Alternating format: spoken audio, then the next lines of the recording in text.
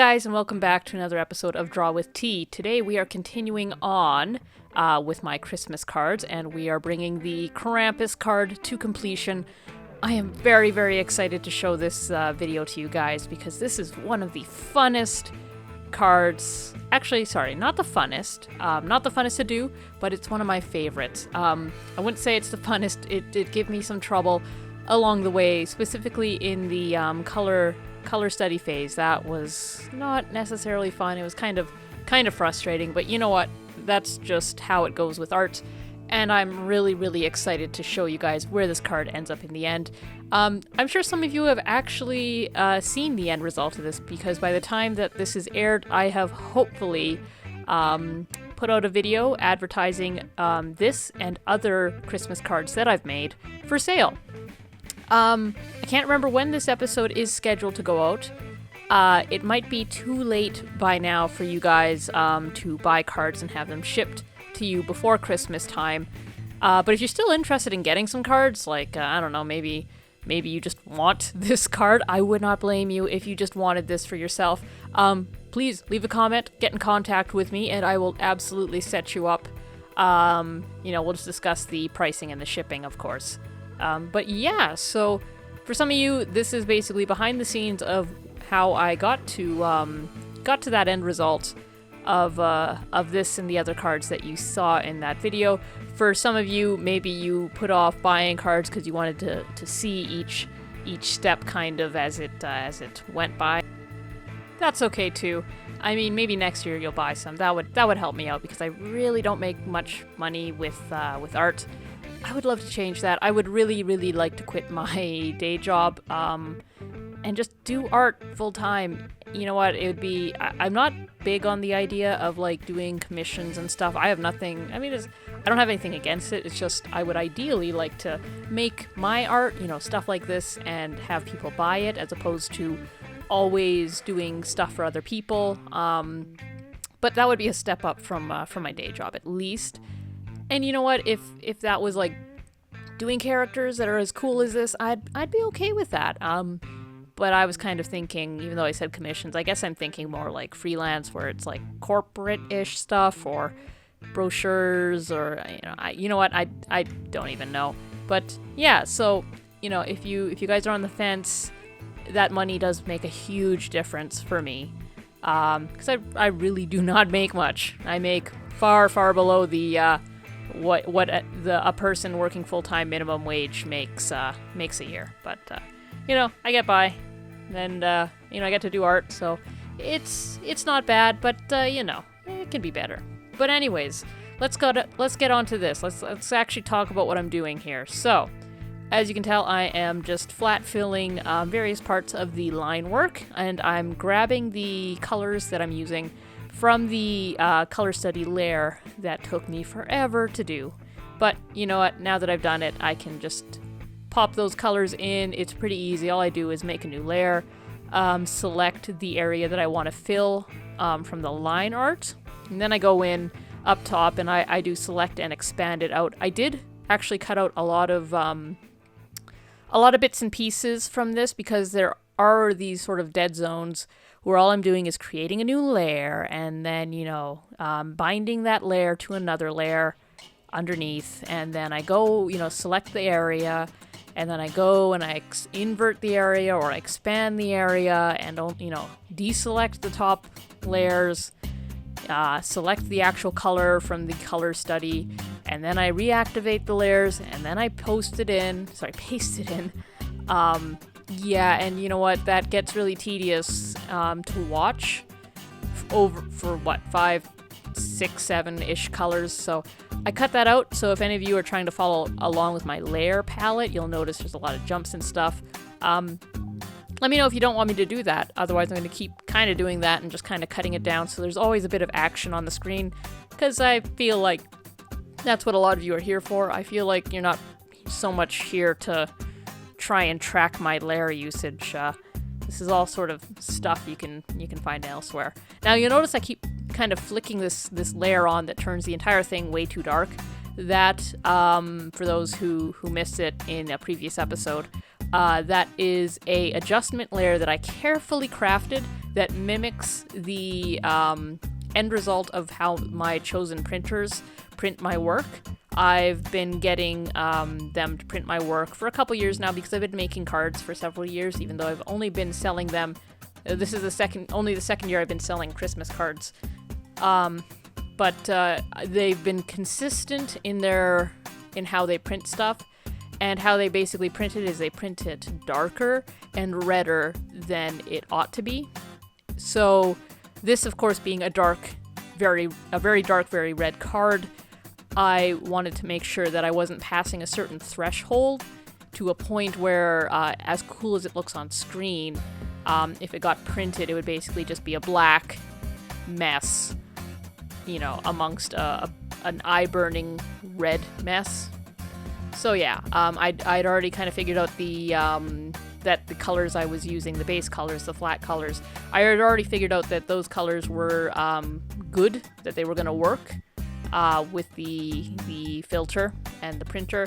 But I just wanted to make sure that my shading wasn't going overboard into the dark zone or the light zone, that it was going to make things really, really awkward and weird for me. So another thing that I kind of missed on is the moment where I made a new layer, lowered the opacity, and then just went in and smeared on some darkness to the entire thing. That's actually how I kind of like to shade my stuff, especially my cartoons. I find that if I try to go in there and get all the detail immediately, then I undershade the figure and overshade them at the same time. By that I mean there'll be all this great detail around the eye that you won't notice when you zoom out. And when you do zoom out, even though it's there, it looks like there's nothing there. So I find that what works best for me is I just zoom out, take a big brush, and I put the big major shadows in, kind of carve those out. Basically just where there needs to be shadow, where there needs to be light. I might then take a slightly smaller one while still zoomed out, and then fine tune it a little bit. But usually what I just do at that point is I zoom in, grab a smaller brush, and then I carve in and out of the inaccurately placed darkness to create the accurate shadows that I like. And I mean, I'm mimicking a fast and loose cartoon style. You don't spend a lot of time shading in this sort of style, so that works for me. Yeah, and I believe that the layer color that I'm using is kind of like a dark brownish red. Pro tip: try not to shade your work with pure blackness or darkness. It often looks unnatural, and even for cartoons and stuff, if you can find a color that works, that'll always look better. You can get more levels of contrast that way, but it also just looks better than pure black. Pure black feels very artificial. It's kind of hard to use. Yeah. Here I am. You can see I'm refining the mohawk of the hair, and now the ear. Quite soon I'm going to go back to the hair and just the figure in general, and I'm actually going to start doing some more some highlighting and stuff. But here, it's quite basic. What I do is there's no magic to it really. I just go in on the same layer, and then I fill in what needs to be shaded, erase what doesn't need to be. Sometimes I will do so with it's all a basic brush, but I'll vary that basic brush. So here previously you saw I'd kind of done a little bit more of a faded feathered brush on the head, and now here I'm going in and being a little bit more decisive using a harder edged basic brush, because the Krampus isn't a soft figure, and it's a slippery slope between soft shading and that proper cell shading. And I always find that if I let myself, I'll go back to the soft shading. Now here, you might be wondering what the heck I'm doing. That was just a prelude. I just wanted to scribble and find a good layer style for doing this, the sunglass layer, just to create that sort of shine. Here I am playing around with it again, trying to find a solution, trying to see if it works, because I did try this previously and I didn't really like the results. And I just happened to scribble it on the hair and maybe the nose, and I decided, you know what? I wasn't going to do some hair shine on this guy, but it looks actually kind of cool. So here I am, just going in. And then I found that if I took the eraser tool and lowered the opacity, I actually got kind of a nice effect. It was kind of hard-edged, but also soft. So normally I don't let myself sink into one piece of the art like this, but for this I decided to, because I felt like I was onto something, and I quite like the result. It's similar, but a little different from the typical my typical hairstyle way of coloring. Yeah, so here I am just extending it out, continuing to play with it. I really like the versatility that you can get from the Photoshop basic brush if you know how to use it. It's quite nice for quick cartooning. I'm sure there's a lot of better brushes to be had, and there's definitely in painting you don't want to be really using this brush, but it serves my needs so well when I'm in the middle of flat filling, or just stuff that the texture of the brush doesn't matter, but then I can still quickly use it to achieve stuff like this, like just quick hair highlighting that I hadn't planned on doing.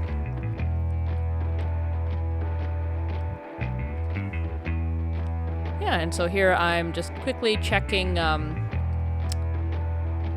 the darkness of the card, and yeah, it looks good, and I decided, well, maybe I can add a little bit more darkness to the hair, because the hair, kind of has a bit of pop. It's a little bit of a focal element. I also have the darkness layer turned on, and looking at the cards, I just looked over and peered at the cards, the card version of this.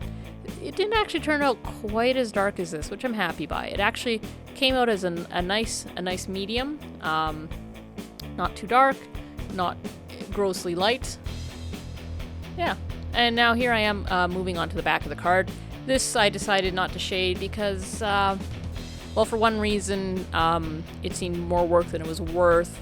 I didn't want the back of the card or the inside art to fight with the front of the card in terms of a focal point, but also it's the back of the card. Nobody displays cards backwards, so it would have been wasted effort, as beautiful as it would have been. And it was just kind of an image that didn't really feel like it needed to be shaded. It's more of an icon than it is a character in time and space, if that makes sense. You'll also notice that for this, I'm more or less just filling it all in with my brush. Every now and then I do this, either because I feel like it'll be easier, and it usually turns out not to be for a lot of cases. And then sometimes I just do it because it's a little bit therapeutic, It's like how coloring books went big a couple years ago. It's just therapeutic, feels good, makes me feel like an artist a lot more than selecting some buttons and highlighting this and filling this layer. It's just that feel. Also, to be perfectly honest, I was on call with a friend while I was working on all of these, and I was doing so, I believe, 40 minutes before I had to run off and go to work. So there were times where my focus was split between the call and this, and just remembering that, oh crap, I have to leave myself some time to, pack my shoes because it's winter out there, and grab my toque, and gotta remember it's gonna take me some time to get changed at work. But that didn't take me too long. So now on to the inside, I take a moment to quickly adjust some of these letters that I had just thrown down. These letters were just placeholders. I was originally going to find some sort of typeface or carefully write this later to look nice, but I looked at it and I thought, you know what? It's good enough. It has a nice roughness to it, and I figured if I tried replicating that, then it wouldn't end well.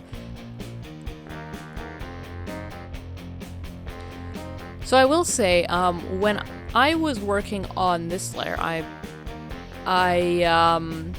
had forgotten that The Krampus on the left that I was pulling the colors from was an image I had exported with the printing layer on, so all the colors of this Krampus, this interior Krampus, are actually too dark.